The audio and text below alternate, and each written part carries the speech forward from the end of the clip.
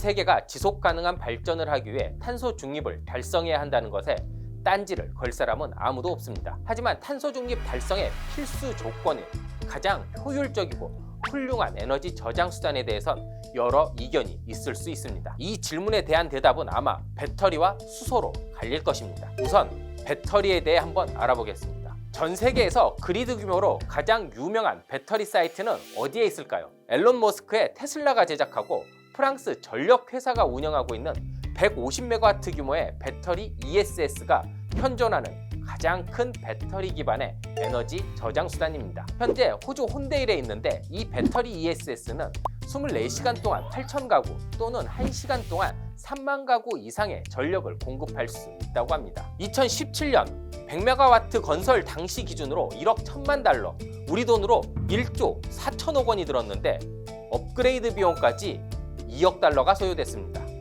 자, 그렇다면 이제 테슬라가 제작한 대형 ESS의 경제성을 한번 살펴보겠습니다. 결론부터 이야기하면 경제성도 있습니다. 배터리 주가가 올라가는 소리가 들립니다. 혼데일에 있는 ESS의 경우 투자자인 프랑스 전력회사가 투자 비용을 3년 만에 다 뽑았다고 합니다. 이런 경제성을 예측했다는 듯 머스크는 추가로 대규모 배터리 기반 ESS를 호주에 또 건설합니다. 호주 멜버른 근처에 300메가와트 규모의 배터리 ESS 구축에 돌입했고 머스크는 여기에 3억 달러, 우리 돈으로 4조 원 가까이 투입합니다. 그런데 우리는 여기서 한 가지 중요한 사실을 간과하고 있습니다.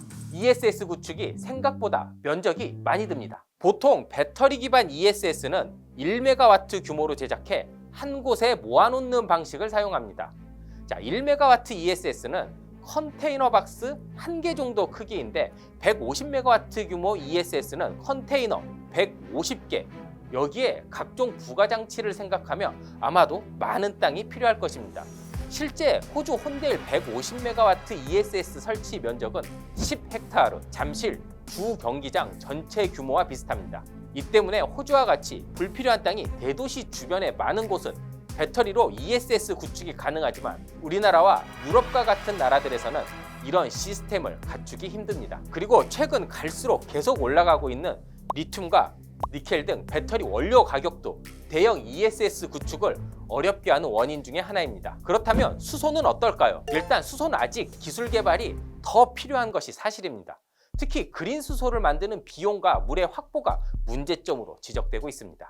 하지만 기술 개발이 생각보다 빨라 전문가들이 예상하는 배터리와 수소 기술의 수준 차이는 현재 기준으로 딱 10년.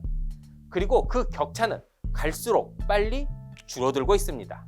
실제 오스트리아에서 진행되고 있는 수소에 대한 재미있는 프로젝트를 살펴보겠습니다. 오스트리아에는 ADX 에너지라는 석유 회사가 있습니다. 이 회사는 여름철 태양광 등 재생에너지를 이용해 그린 수소를 만들어 오스트리아에 있는 폐 LNG나 석유 광구에 여름철에 만든 수소를 보관한다는 프로젝트를 진행하고 있습니다. 여기에 저장한 수소를 에너지로 바꾸면 2만 가구가 1년 동안 사용할 수 있는 전기나 난방용 에너지를 공급할 수 있습니다. 테슬라의 호주 ESS보다 500배 더 많은 에너지 효율을 보이는데요. 그리고 가격도 절반 정도밖에 들어가지 않는다고 합니다. 그렇다면 배터리나 수소 중 어느 분야가 더욱 유망할까요? 우선 수소의 경우 석유회사, 그러니까 전통적인 에너지 회사들 중심으로 수소에 더 많이 투자하고 있습니다.